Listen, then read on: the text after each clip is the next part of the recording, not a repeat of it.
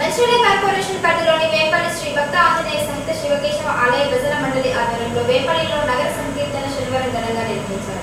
Mancherial corporation పరిధిలోని వేంపల్లి శ్రీ భక్త ఆంజనేయ సహిత శివకేశవ ఆలయ భజన మండలి ఆధ్వర్యంలో వేంపల్లిలో నగర సంకీర్తన శనివారం ఘనంగా నిర్వహించారు. ఈ నగర సంకీర్తన హనుమాన్ దేవాలయం నుండి మొదలుకొని గ్రామ వీధులలో తిరిగి శ్రీ భక్తాంజనేయ దేవాలయం వరకు కొనసాగింది.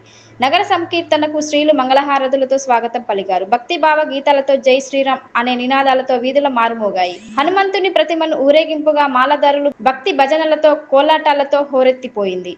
స్వామివారికి మహిళలు నీళ్లు ఆరగించి మంగళహారతులు పట్టారు. అంతకుముందు ఆలయంలో స్వామివారికి ఆకుల పూజ, పంచామృత అభిషేకం, 108 లడ్డులతో అభిషేకంతో పాటు పాలాభిషేకం, హోమాలు నిర్వహించారు.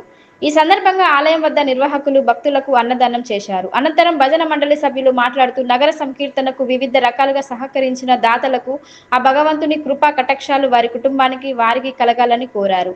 ఆరాధన సేవకు నిలువెత్తు సాక్ష్యం హనుమంతుడు అని కొనియాడారు. రామాయణం ఘట్టంలో హనుమంతుని సేవ అమోఘమని, రాముణ్ణి గుండెల్లో పెట్టుకున్న అపర భక్తుడు అన్నారు. హనుమంతుని ధైర్యం, వీరత్వం, మానవత్వం, బలం, జ్ఞానం, భక్తి వంటి లక్షణాలు నేటి యువతరానికి ఆదర్శనీయం అన్నారు.